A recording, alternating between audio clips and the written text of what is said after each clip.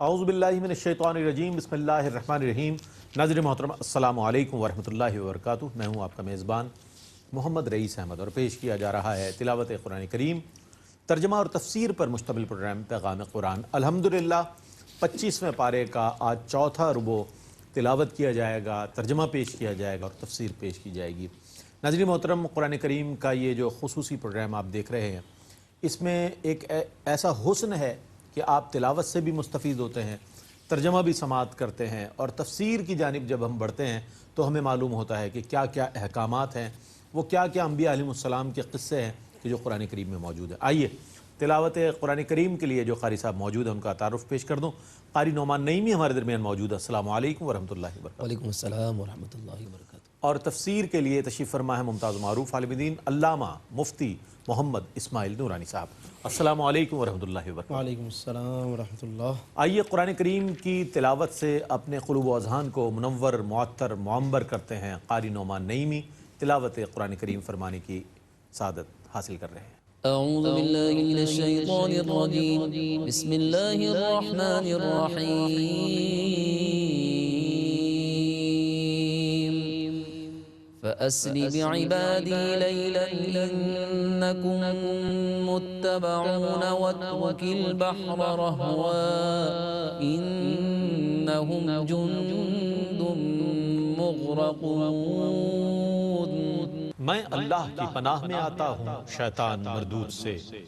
اللہ ہی کے نام سے شروع کرتا ہوں جو نہایت رحم فرمانے والا بہت مہربان ہے۔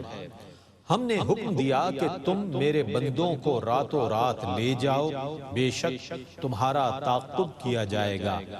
آپ سمندر کو یوں ہی ساکن چھوڑ کے چلے جائیں، بے شک ان کا لشکر غرق کر دیا جائے گا۔ کم ترکوا من جنات وعیون وزروع ومقام کریم ونعمت كانوا فيها فاكهين كذلك وورثناها قوما آخرين۔ وہ کتنے ہی باغات اور چشمے چھوڑ گئے اور کھیت اور خوش رنگ عمارتیں اور وہ نعمتیں جن میں وہ عیش کر رہے تھے، اسی طرح ہوا اور ہم نے ان سب چیزوں کا دوسروں کو وارث بنا دیا۔ فما بكت عليهم السماء والأرض وما كانوا منظرين۔ سو ان کی بربادی پر نہ آسمان رویا نہ زمین، اور نہ ہی انہیں مہلت دی گئی۔ وَلَقَدْ نَجَّيْنَا بَنِي إِسْرَائِيلَ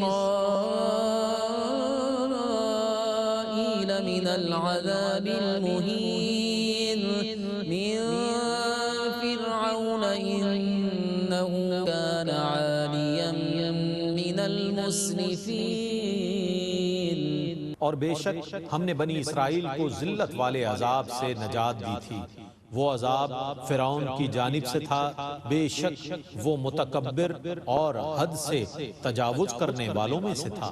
وَلَقَدِ اخْتَرْنَاهُمْ عَلَى عِلْمٍ عَلَى الْعَالَمِينَ وَآتَيْنَاهُمْ مِنَ الْآيَاتِ مَا فِيهِ بَلَاءٌ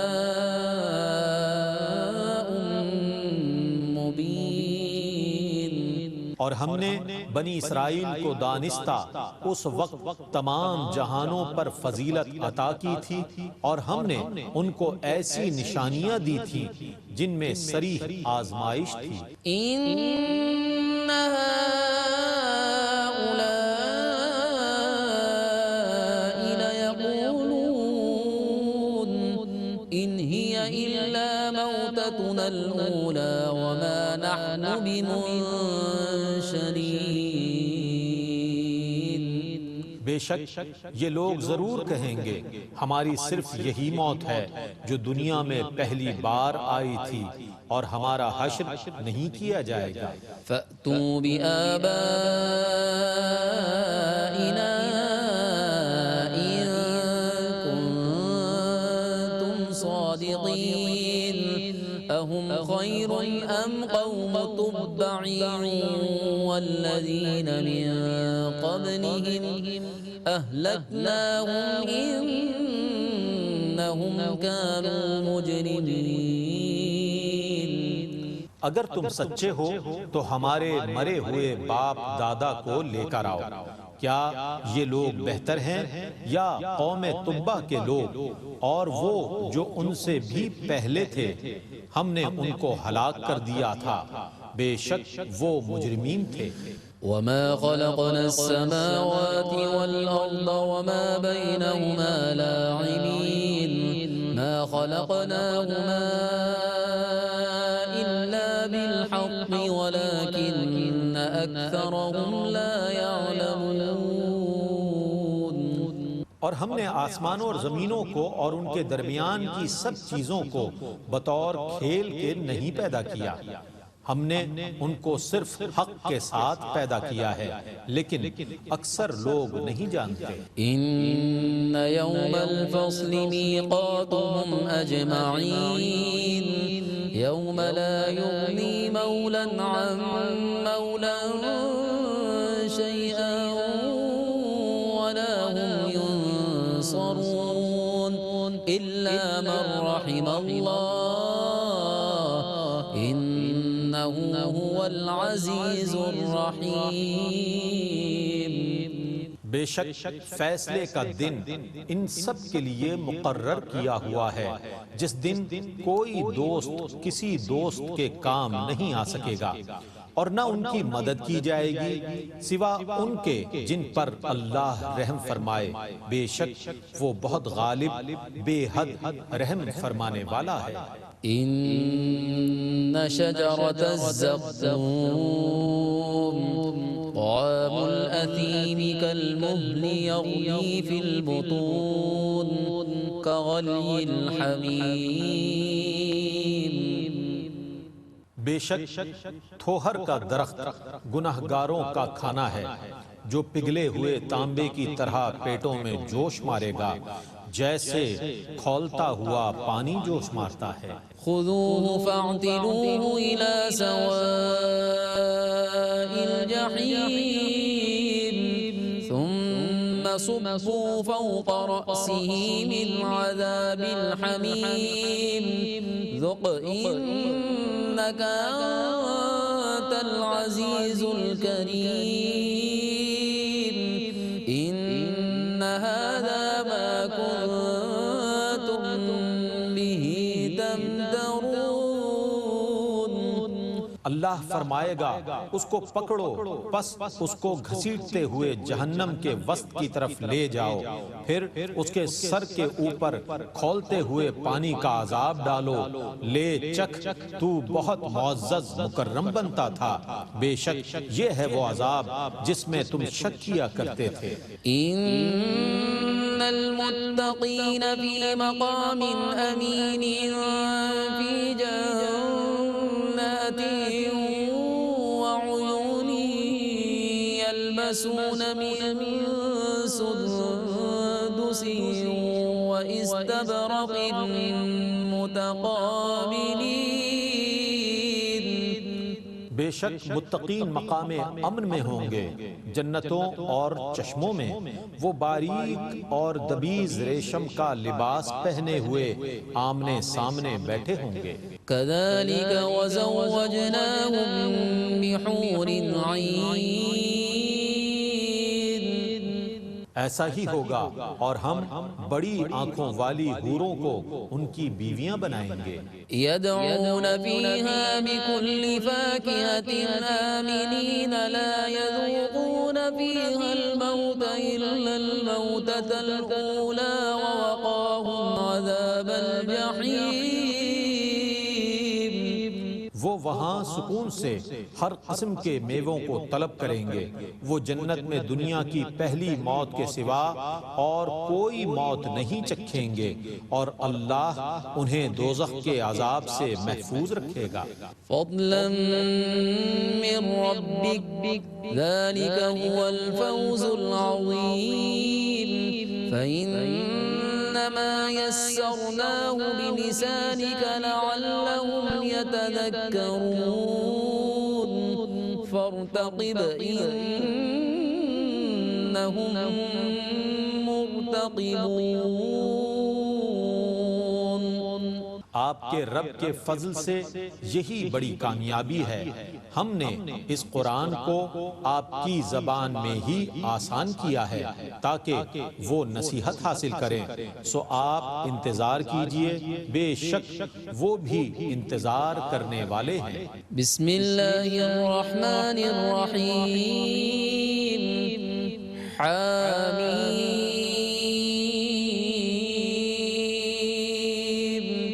تنزیل الکتاب من اللہ العزیز الحکیم. اللہ ہی کے نام سے شروع کرتا ہوں جو نہایت رحم فرمانے والا بہت مہربان ہے۔ حامیم، اس کتاب کا نازل کرنا اللہ کی جانب سے ہے جو بہت غالب بے حد حکمت والا ہے۔ ان فی السماوات والارض لآیات للمؤمنین. بے شک آسمانوں اور زمینوں میں مؤمنوں کے لیے ضرور نشانیاں ہیں۔ وفی خلقکم وما یبث من دابۃ آیات لقوم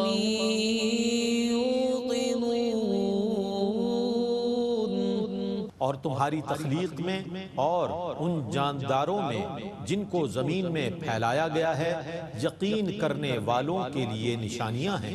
واختلاف اللیل والنہار وما انزل اللہ من السماء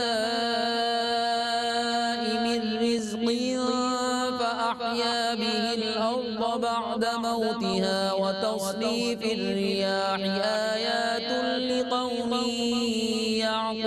یعقلون.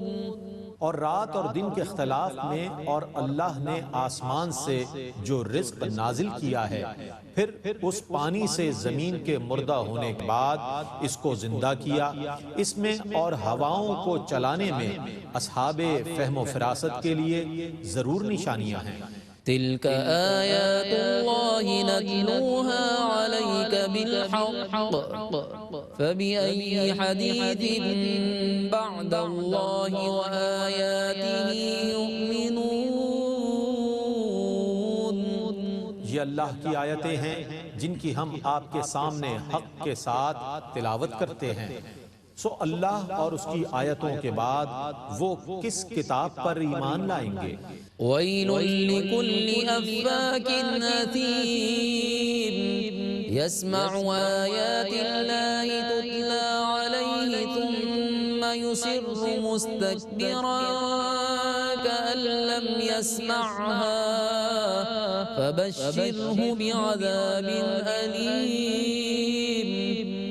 ہر بہتان تراشنے والے بدکار کے لیے ہلاکت ہے، وہ اللہ کی ان آیتوں کو سنتا ہے جو اس پر تلاوت کی جاتی ہیں، پھر تکبر کرتے ہوئے اپنے کفر پر ڈٹا رہتا ہے جیسے اس نے ان آیتوں کو سنا ہی نہیں، سو اے رسول مکرم آپ اس کو دردناک عذاب کی بشارت دے دیجئے۔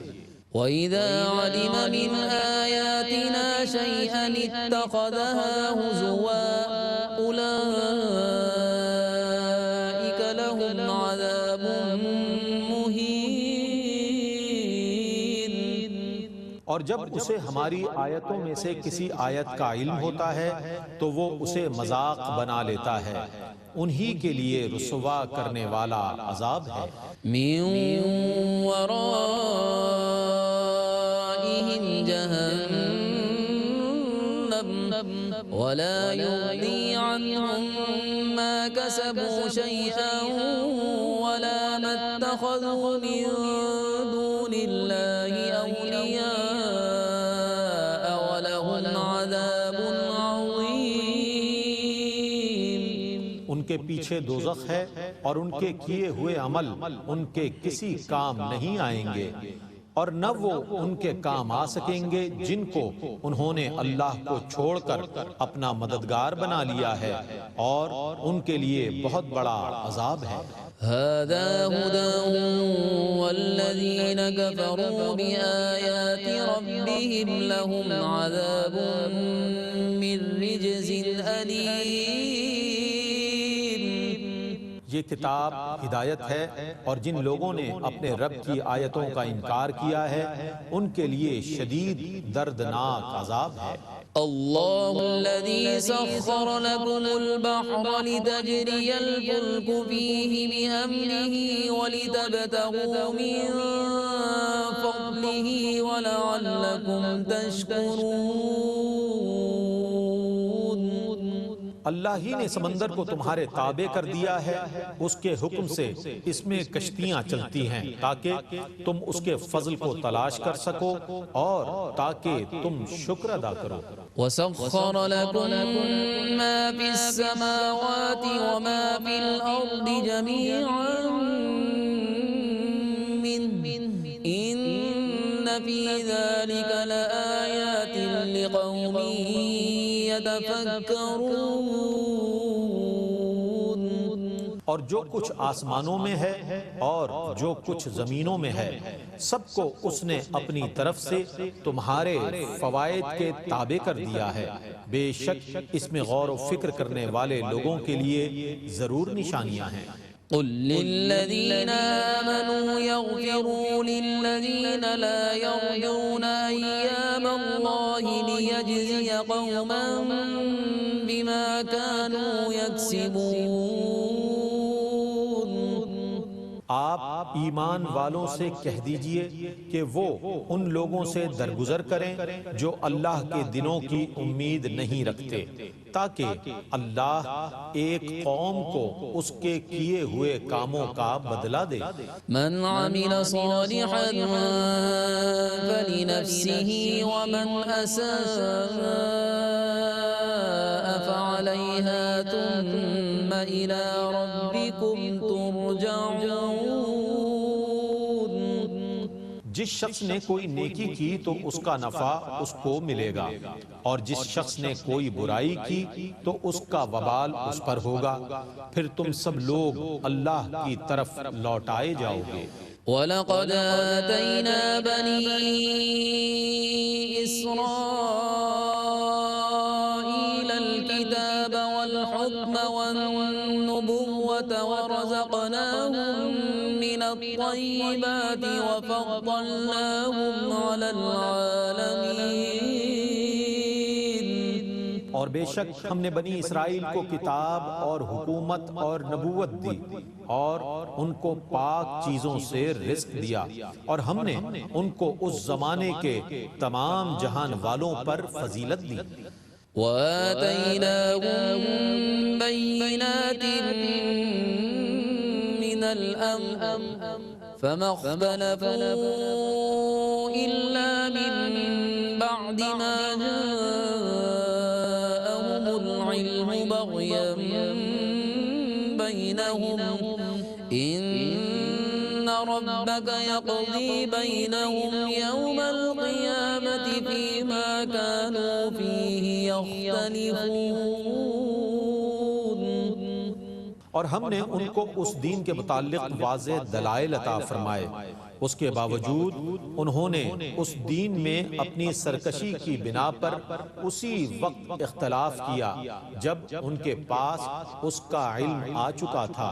بے شک آپ کا رب قیامت کے دن ان کے درمیان اس چیز کا فیصلہ فرما دے گا جس میں وہ اختلاف کرتے تھے. ثم جعلناك على شريعة من الأمر فاتبعها ولا تتبع أهواء الذين لا يعلمون. پھر ہم نے آپ کو اس دین کی شریعت راہ پر گامزن کر دیا سو آپ اس شریعت کی اتباع کیجئے اور جاہل لوگوں کی خواہشوں کی پیروی نہ کیجئے.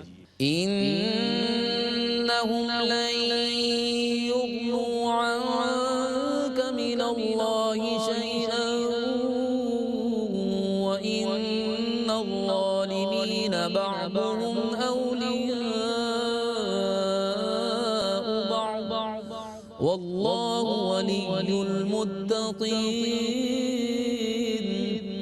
بے شک یہ لوگ اللہ کے مقابلے میں آپ کے کسی کام نہ آ سکیں گے، اور بے شک ظالم لوگ ایک دوسرے کے حامی ہیں، اور اللہ متقین کا حامی ہے۔ هذا بصائر للناس وهدى ورحمة لقوم يوقنون۔ یہ قرآن لوگوں کے لیے بصیرت افروز دلائل پر مشتمل ہے اور یقین کرنے والوں کے لیے ہدایت اور رحمت ہے۔ أم حسب الذين اجترحوا السيئات أن نجعلهم كالذين آمنوا وعملوا الصالحات سواء محياهم ومماتهم ساء ما يحكمون۔ جن لوگوں نے برسر عام گناہ کیے ہیں، کیا انہوں نے یہ گمان کر رکھا ہے کہ ہم ان کی زندگی اور موت کو مومنین اور صالحین کے برابر کر دیں گے؟ یہ کیسا برا فیصلہ کر رہے ہیں۔ وخلق الله السماوات والأرض بالحق ولتجزى كل نفس بما كسبت وهم لا يظلمون۔ اور اللہ نے آسمانوں اور زمینوں کو حق کے ساتھ پیدا کیا، اور تاکہ ہر شخص کو اس کے کام کا بدلہ دیا جائے اور ان پر ظلم نہیں کیا جائے گا۔ أفرأيت من اتخذ إلهه هواه وأضله الله على علم وختم على سمعه وقلبه وجعل على بصره غشاوة فمن يهديه من بعد الله أفلا تذكرون۔ پس کیا آپ نے اس شخص کو دیکھا جس نے اپنی خواہش کو اپنا معبود بنا لیا، اور اللہ نے اس کو علم کے باوجود گمراہ کر دیا، اور اس کے کان اور اس کے دل پر مہر لگا دی، اور اس کی آنکھ پر پردہ ڈال دیا؟ پس اللہ کے بعد اس کو کون ہدایت دے سکتا ہے؟ تو کیا تم نصیحت قبول نہیں کرتے؟ وقالوا ما هي إلا حياتنا الدنيا نموت ونحيا وما يهلكنا إلا الدهر وما لهم بذلك من علم إن هم إلا يظنون۔ اور انہوں نے کہا ہماری تو صرف یہی دنیا کی زندگی ہے، ہم اسی دنیا میں مرتے اور جیتے ہیں، اور ہمیں صرف دہر زمانہ ہلاک کرتا ہے، اور واقعہ یہ ہے کہ انہیں اس کا کچھ علم نہیں، وہ محض گمان کر رہے ہیں۔ وَإِذَا تُتْلَى عَلَيْهِمْ آيَاتُنَا بَيِّنَاتٍ مَا كَانَ حُجَّتَهُمْ إِلَّا أَن قَالُوا ائْتُوا بِآبَائِنَا إِن كُنتُمْ صَادِقِينَ۔ اور جب ان پر ہماری واضح آیات پڑھی جاتی ہیں تو ان کی جوابی دلیل صرف یہ ہوتی ہے کہ اگر تم سچے ہو تو ہمارے مرے ہوئے باپ دادا کو لے آؤ۔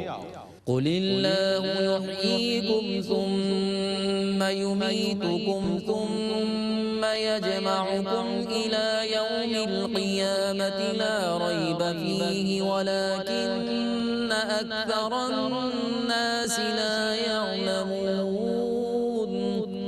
آپ کہیے کہ اللہ ہی تم کو زندہ کرتا ہے، پھر وہی تم پر موت لائے گا، پھر قیامت کے دن تم سب کو جمع فرمائے گا، جس کے وقوع میں کوئی شک نہیں ہے، اور لیکن اکثر لوگ نہیں جانتے۔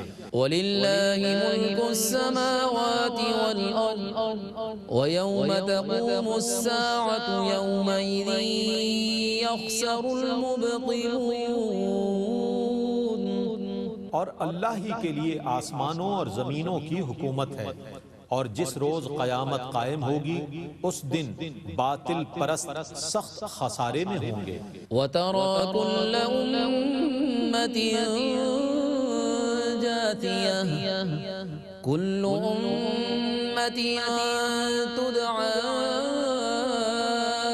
إلى كتابها اليوم تجزون ما كنتم تعملون۔ اور آپ دیکھیں گے کہ ہر جماعت اس دن گھٹنوں کے بل گری ہوئی ہوگی، ہر جماعت کو اس کے صحیفہ اعمال کی طرف بلایا جائے گا، ان سے کہا جائے گا آج تمہیں ان کاموں کا بدلہ دیا جائے گا جو تم کیا کرتے تھے۔ هذا كتابنا ينطق عليكم بالحق إنا كنا نستنسخ ما كنتم تعملون۔ یہ ہمارا لکھا ہوا ہے جو تمہارے متعلق حق بیان کر رہا ہے، تم جو کچھ بھی کرتے تھے ہم اس کو لکھتے رہتے تھے۔ فأما الذين آمنوا وعملوا الصالحات فيدخلهم ربهم في رحمته ذلك هو الفوز المبين۔ پس جو لوگ ایمان لائے اور انہوں نے نیک عمل کیے تو ان کو ان کا رب اپنی رحمت میں داخل فرما لے گا، یہی واضح کامیابی ہے۔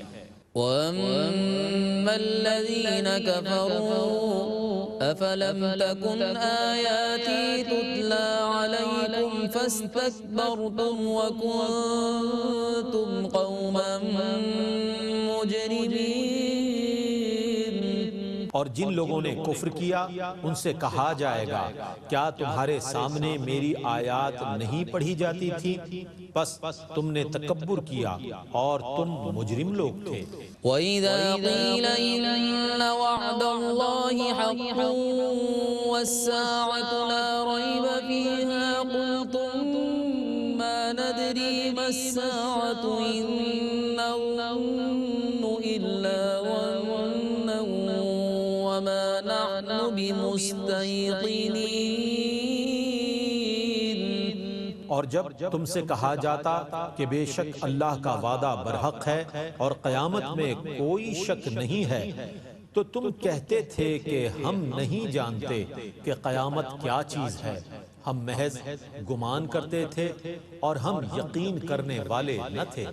وَبَدَا لَهُمْ سَيِّئَاتُ مَا عَمِلُوا وَحَاقَ بِهِم مَّا كَانُوا بِهِ يَسْتَهْزِئُونَ۔ اور ان کے تمام کاموں کی برائیاں ان پر ظاہر ہو جائیں گی، اور جس عذاب کا وہ مذاق اڑاتے تھے وہ ان کا احاطہ کر لے گا۔ وَقِيلَ الْيَوْمَ نَنسَاكُمْ كَمَا نَسِيتُمْ لِقَاءَ يَوْمِكُمْ هَذَا وَمَأْوَاكُمُ النَّارُ وَمَا لَكُمْ مِن نَاصِرِينَ۔ اور ان سے کہا جائے گا آج ہم تمہیں اسی طرح فراموش کر دیں گے جس طرح تم نے اس دن کی ملاقات کو بھلا دیا تھا، اور تمہارا ٹھکانہ دوزخ ہے اور تمہارا کوئی مددگار نہیں ہے۔ ذَلِكُمْ بِأَنَّكُمُ اتَّخَذْتُمْ آيَاتِ اللَّهِ هُزُوًا وَغَرَّتْكُمُ الْحَيَاةُ الدُّنْيَا فَالْيَوْمَ لَا يُخْرَجُونَ مِنْهَا وَلَا هُمْ يُسْتَعْتَبُونَ۔ یہ سزا اس لیے ہے کہ تم نے اللہ کی آیتوں کو مذاق بنا لیا تھا اور دنیا کی زندگی نے تمہیں دھوکے میں ڈال رکھا تھا، پس آج وہ اس دوزخ سے نہیں نکالے جائیں گے اور نہ ان سے اللہ کی رضا جوئی طلب کی جائے گی۔ فَلِلَّهِ الْحَمْدُ رَبِّ السَّمَاوَاتِ وَرَبِّ الْأَرْضِ رَبِّ الْعَالَمِينَ وَلَهُ الْكِبْرِيَاءُ فِي السَّمَاوَاتِ وَالْأَرْضِ وَهُوَ الْعَزِيزُ الْحَكِيمُ۔ پس اللہ ہی کے لیے تمام تعریفیں ہیں جو تمام آسمانوں کا رب ہے اور تمام زمینوں کا رب ہے اور تمام جہانوں کا رب ہے، اور اسی کے لیے آسمانوں اور زمینوں میں بڑائی ہے، اور وہی بہت غالب بے حد حکمت والا ہے۔ ماشاءاللہ، الحمدللہ تلاوت اور ترجمہ پیش کیا گیا۔ آئیے تفسیر کی جانب بڑھتے ہیں۔ تشریف فرما ہے مفتی محمد اسماعیل نورانی صاحب۔ جی حضرت، بسم اللہ۔ بسم اللہ الرحمن الرحیم، الحمدللہ رب العالمین والصلاة والسلام علی سید الانبیاء والمرسلین۔ معزز ناظرین، الحمدللہ آج کی نشست میں 25ویں پارے کے آخری ربوع کی تلاوت کی گئی ہے، جس میں سورہ دخان کی آیات بھی مکمل ہوئی اور اس کے ساتھ ساتھ سورہ جاثیہ کی تلاوت بھی کی گئی ہے۔ لیکن کل کی نشست میں ناظرین جو سورۃ الزخرف کی اختتامی آیات تھیں، ان کی کچھ تفسیر کا حصہ باقی ہے، تو چند باتیں عرض کر کے پھر میں سورۃ الدخان کی طرف آتا ہوں۔ سورہ زخرف میں آیت نمبر 51 میں اللہ رب العالمین نے فرعون کے ایک دعوے کو بیان کیا ہے، اور یہ ایک اپنے مضمون کے اعتبار سے ایک بہت دلچسپ مقام ہے قرآن کریم کا، کہ جہاں فرعون اپنے قوم کے لوگوں کو جب دیکھتا ہے کہ یہ آہستہ آہستہ ان کے معاملات اور ان کے نظریات میں کچھ تذبذب پیدا ہو رہا ہے اور حضرت موسیٰ کی طرف کچھ بڑھ رہے ہیں یا ان کے اندر کچھ میلان پیدا ہو رہا ہے، تو انہیں روکنے کے لیے وہ اپنی سلطنت کا ایک حوالہ دیتا ہے۔ کہتا ہے، قرآن بتاتا ہے، وَنَادَى فِرْعَوْنُ فِي قَوْمِهِ، کہ فرعون نے اپنی قوم میں ایک ندا دی اور ایک آواز لگائی، یعنی لوگ جمع ہوئے، اور پھر اس نے کیا کہا؟ قال، کہتا ہے، یا قوم، اے میری قوم، الیس لی ملک مصر، کیا مصر کی بادشاہت مجھے حاصل نہیں ہے؟ یعنی ایک علاقے یا ایک خطے کی بادشاہت پر اسے اتنا ناز ہے اور اپنی وہ خدائی کا اعلان کر رہا ہے اپنی قوم کے سامنے، تو کہتا ہے الیس لی ملک مصر، کہ کیا مجھے مصر کی بادشاہت حاصل نہیں ہے؟ وہذہ الانہار تجری من تحتی، اور یہ جو نیچے نہریں بہہ رہی ہیں یہ سب میری ہی ہیں، میری سلطنت میں ہے یہ، اور دریائے نیل سے جو نہریں نکل رہی ہیں تم لوگوں کے باغات تک پہنچ رہی ہیں، دور دور صحراؤں تک بھی اگر کسی کو پانی مل رہا ہے تو یہ میری وجہ سے ہے۔ اس طرح اس نے پورا ایک مصر کا اور وہاں کی لہلہاتے باغات ایک نقشہ کھینچ کر اپنی سلطنت کو بیان کر کے گویا اپنی خدائی اور اپنے خدا ہونے کا ایک جواز ان کو سامنے گویا بیان کیا کہ یہ دیکھو سب کچھ مجھے حاصل ہے، آج تم یہاں رہ رہے ہو میری وجہ سے، تو بتاؤ کہ میں بہتر ہوں یا حضرت موسیٰ علیہ السلام، کہ معاذ اللہ جن کے پاس کچھ نہیں ہے اور میرے مقابلے میں ان کے پاس عزت نہیں ہے، اس طرح اس کی مراد تھی۔ تو یہ وہ مقام ہے کہ جہاں فرعون نے اپنا ایک دعویٰ کیا۔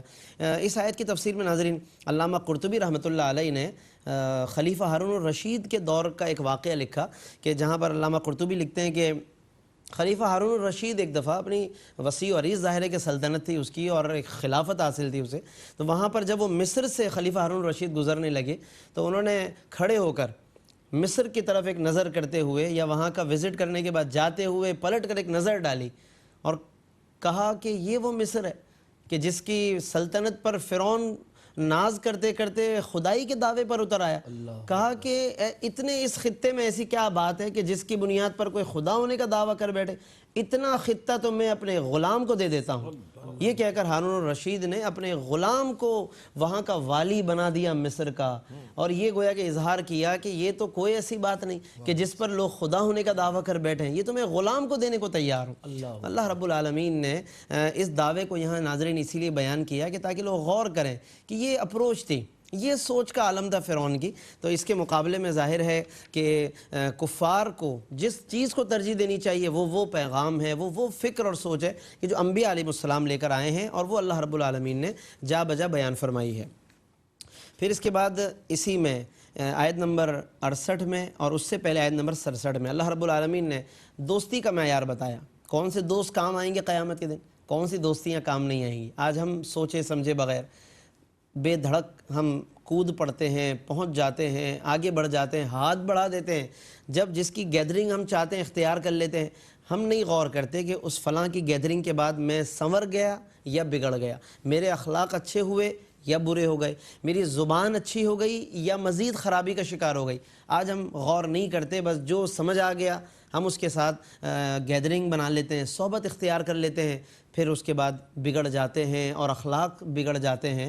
قرآن کی اس آیت میں ناظرین ضرور غور کیجیے گا، آیت نمبر 67 اور 68 ہے، فرمایا کہ الاخلاء یومئذ بعضهم لبعض عدو، گہرے دوست بھی قیامت کے دن ایک دوسرے کے دشمن بن جائیں گے، مگر کون سے دوست کام آئیں گے؟ الا المتقین، سوائے وہ کہ جو پرہیزگار ہوں گے، صاحبان تقوی ہیں جن کے پاس بیٹھ کر آپ نیک بن جائیں، جن کے پاس بیٹھ کر آپ بااخلاق با کردار نمازی ہو جائیں اور والدین کے فرما بردار ہو جائیں، وہ دوستی اختیار کریں، جبکہ اس کے بالمقابل جن دوستوں کی وجہ سے بری عادتیں پیدا ہوں۔ ناظرین، ہمیں اس آیت کو پڑھ کر غور کرنا چاہیے کہ یہ دوستی شاید دنیا کی حد تک دوستی ہے، بلکہ یقیناً دنیا کی حد تک دوستی ہے، آخرت میں تو پھر یہی دوستیاں دشمنی میں بدل جائیں گی، بری دوستیاں کہ جس کو قرآن نے عدوٌ کہہ کر بیان فرمایا۔ پھر اس کے بعد اسی صورت میں اللہ رب العالمین نے اور بھی بہت سے مضامین ہیں، لیکن میں اختصار کی وجہ سے چیدہ باتیں عرض کر رہا ہوں۔ آیت نمبر 88 یعنی بالکل اختتام پر جب ہم پہنچتے ہیں تو اللہ رب العالمین نے اپنے محبوب صلی اللہ علیہ وسلم کے قول کی قسم ارشاد فرمائی، وقیل ہی، میرے رسول کے اس کہنے کی قسم، اور وہ کہنا کیا ہے؟ یا ربی، ایک دن حضور علیہ السلام نے یوں عرض کیا کہ اے میرے رب، ان ہؤلاء قوم لا یؤمنون، بے شک یہ وہ قوم ہے جو ایمان نہیں لاتی۔ جب کفار پر حضور علیہ السلام نے بڑی محنت کی اور آپ نے مسلسل تک وہ دعا فرمائی، بڑی تبلیغ فرمائی، اب ان میں سے کئی لوگ ایمان نہیں لائے، تو ایک دن حضور علیہ السلام نے اپنی زبان سے یوں عرض کیا کہ یا ربی، اے میرے رب، بے شک یہ لوگ ایمان نہیں لا رہے۔ تو اب یہاں پر اللہ رب العالمین نے اس قول کی قسم ارشاد فرمائی کہ وقیل ہی، میرے محبوب کے اس کہنے کی قسم۔ سوال یہ کہ آخر اس قول میں ایسی کیا بات تھی کہ اللہ نے قسم ارشاد فرمائی، یعنی قسم ارشاد فرمانے میں کیا حکمت ہے؟ تو یہاں پر اگر ہم غور کریں تو یہ بات سمجھ میں آتی ہے کہ اس قول کے پیچھے دراصل ایک حزن و ملال کی کیفیت ہے، حضور کے قلب مبارک میں ایک افسردگی ہے کہ لوگ ایمان نہیں لاتے، تو اللہ نے اس کی قسم ارشاد فرما کر اپنے محبوب کو ایک خوشی عطا فرمائی کہ اگر میرا حبیب افسردہ ہے تو اسی کہنے کی قسم، تاکہ اس قسم سے پھر سرکار دو عالم صلی اللہ علیہ وسلم کو ایک خوشی حاصل ہو۔ اس سے اندازہ کریں کہ اللہ رب العالمین کو اپنے محبوب سے کتنا پیار، کتنی محبت ہے کہ پھر وہ ان کی قول کی بھی قسم ارشاد فرماتا ہے اور انہیں خوشی پہنچاتا ہے۔ ہمیں بھی چاہیے کہ ہم آقا دو عالم صلی اللہ علیہ وسلم کو راضی کرنے کی کوشش کریں اور حضور علیہ السلام کی بارگاہ میں وہ تحائف پیش کریں، عبادات کی صورت میں، درود و سلام کی صورت میں، تاکہ ہماری اطاعتیں اور وہ عبادتیں کہ جو ہمیں اللہ کے لیے کرنی ہیں وہ حضور کی بارگاہ میں ہم پیش کر کے، یعنی ان کی اطاعت کی صورت میں پیش کر کے ہم انہیں کچھ راضی کر سکیں۔ اس کے بعد ناظرین پھر سورۃ الدخان کی آج تلاوت کی گئی ہے، یعنی بقیہ آیتوں کی۔ سورہ دخان قرآن کریم کی مشہور صورتوں میں سے ہے۔ اس کی ایک فضیلت یہ ہے کہ شب جمعہ میں خاص طور پر اس کو پڑھنا چاہیے، جمعے کی رات میں، اور ویسے بھی ہر رات میں بھی پڑھنے کی فضیلت آئی ہے کہ اللہ رب العالمین گناہوں کو معاف فرما دیتا ہے۔ کوشش کیجئے گا، 25ویں پارے کی مختصر صورتوں میں سے ہے۔ اس کی ابتدا میں اللہ رب العالمین نے فرمایا کہ اس قرآن کو ہم نے بابرکت رات میں نازل فرمایا۔ بعض علماء نے اس سے شب برات مراد لی اور کئی علماء نے اس سے شب قدر مراد لی۔ زیادہ بہتر یہی ہے کہ اس سے شب قدر مراد لیا جائے، کیونکہ شب برات کے لیے الگ سے دلائل موجود ہیں، احادیث میں دلائل موجود ہیں، لیکن بعض علماء نے، مفسرین نے اس سے شب برات بھی مراد لی اور اس کو بابرکت رات قرار دیا گیا۔ فیہا یفرقو، اسی رات میں ہر حکمت والے کام کے فیصلے کیے جاتے ہیں، کون کتنا جیے گا، کس کو کتنا روزی روزگار ملے گا، یہ ساری چیزوں کے فیصلے ان بابرکت راتوں میں کیے جاتے ہیں، تو اس کا بیان اللہ رب العالمین نے اس میں فرمایا ہے۔ آیت نمبر 10 میں چونکہ دخان کا لفظ آیا ہے، اسی لیے اس سورت کو سورہ دخان کہتے ہیں۔ یوم تأتی السماء بدخان مبین، جس دن کے آسمان پر ایک صاف دھواں ظاہر ہوگا۔ بعض علماء نے فرمایا کہ یہ واقعہ کفار پر ہو چکا ہے، ایک دھواں چھا گیا اور اس کی وجہ سے وہ بہت پریشانی میں مبتلا ہو گئے، اور بعض علماء نے فرمایا کہ علامات قیامت میں سے ہے، تو اس کی دونوں طرح سے تفسیر فرمائی گئی۔ مقصود یہ ہے کہ انہیں اللہ کی طرف توجہ دلانی ہے کہ وہ رب ان تمام باتوں پر قادر ہے، تو کیوں رب سے مقابلہ کرتے ہو؟ بہتری عافیت ہے اطاعت کرنے میں، مقابلہ کرنے میں نہیں، عبادت کرنے میں، اطاعت کرنے میں، تو یہ بار بار توجہ دلائی گئی ہے۔ اس کے بعد پھر فرعون کا انجام اور اس کے ماننے والوں کا انجام بیان کیا، کس طرح وہ عذاب کا شکار ہوئے۔ لیکن اس میں جو ایک اہم آیت ہے کہ جو دیگر اور مواقع پر ہمیں نظر نہیں آتی، وہ آیت نمبر 29 ہے سورہ دخان کی۔ فرمایا کہ جب یہ سب ہلاک ہو گئے تو فرمایا فما بکت علیہم السماء والارض، ان پر نہ تو آسمان رویا نہ زمین روئی۔ یہاں سے علماء نے یہ استدلال کیا کہ کفار کے مرنے پر، فاسق و فاجر کے دنیا سے جانے پر نہ آسمان روتا ہے نہ زمین روتی ہے، لیکن اس کے برعکس اگر کوئی متقی نیک آدمی دنیا سے چلا جائے تو علماء نے فرمایا کہ اس کے جانے پر آسمان بھی روتا ہے، زمین بھی روتی ہے، یعنی زمین میں وہ جگہ کہ جہاں وہ سجدے کرتا تھا وہ جگہ اس کی کمی محسوس کرتی ہے، اور اس کے علاوہ آسمان میں وہ جگہ کہ جہاں سے اس کی روزی رزق نازل ہوتا اور اس کی عبادتیں اوپر جاتی تھی، تو وہ جگہ، وہ دروازے جب بند ہو جاتے ہیں تو وہ جگہیں بھی گریہ وزاری کرتی ہیں۔ ناظرین، ہم کوشش کریں کہ ہماری زندگی ایسی گزرے کہ زمین کے مختلف جگہیں ہماری عبادتوں کی گواہ بن جائیں، آسمان ہمارے لیے گواہ ہو کہ نیک اعمال مسلسل جاتے رہیں، پہنچتے رہیں، کیونکہ یہ جگہیں پھر اس بندے کی کمی پر گریہ وزاری کرتی ہیں۔ کہیں ایسا نہ ہو کہ اللہ نے ان فاسق و فاجر لوگوں کا ذکر کیا، منکرین کا، کہ نہ ان پر آسمان رویا نہ زمین روئی۔ کہیں ایسا نہ ہو کہ خدا نخواستہ ہم میں سے کوئی اس کیفیت کا شکار ہو جائے۔ کیوں نہ ہم اپنی موت کو قابل رشک بنا دیں، زندگی بھی قابل رشک ہو جائے کہ دنیا والے بھی کمی محسوس کریں اور زمین و آسمان بھی کمی محسوس کریں۔ یہ تب ہوگا کہ جب ہم اطاعت میں زندگی بسر کریں گے، اللہ کی عبادت کر کے زمین کو گواہ بنائیں۔ آج ہم غور کریں کہ کیا زمین کی جگہیں ہمارے لیے گواہ ہیں، بلکہ شاید کہ الٹ نہ ہو کہ یہ در و دیوار ہمارے گناہوں کے گواہ بن جائیں۔ ایسا نہ کریں، گناہوں کے گواہ کم از کم نہ بن۔ اگر ہم عبادت نہیں کر رہے تو کم از کم ان در و دیوار کو گناہوں کا گواہ نہ بنائیں، اپنے اعضائے بدن کو، اپنی زبان اور اپنے قدم اور ہاتھوں کو گناہوں کا گواہ نہ بنائیں، لیکن ہم الٹ کر دیتے ہیں۔ تو ہمیں ضرور اس حوالے سے ناظرین غور کرنا چاہیے۔ سورہ دخان اس اعتبار سے بہت اہم مضامین کی حامل ہے۔ ماشاءاللہ بہت خوبصورت انداز میں علامہ مفتی محمد اسماعیل نورانی صاحب تفسیر بیان فرما رہے تھے۔ اللہ تعالیٰ سے دعا ہے کہ اللہ تعالیٰ قرآن کریم کا فیضان اور عرفان ہمیں نصیب فرمائے۔ ناظرین محترم، اس طور پر الحمدللہ آج یہ تلاوت مکمل ہوئی اور انشاءاللہ اسی سلسلے کو مزید کل آگے بڑھائیں گے۔ اللہ تعالیٰ سے دعا ہے کہ اس اہتمام کو ARYQ TV کی اس کوشش کو اپنی بارگاہ میں قبول فرمائے۔ اس کے ساتھ ہی اپنے میزبان محمد رئیس احمد کو اجازت دیجیے۔ اللہ حافظ۔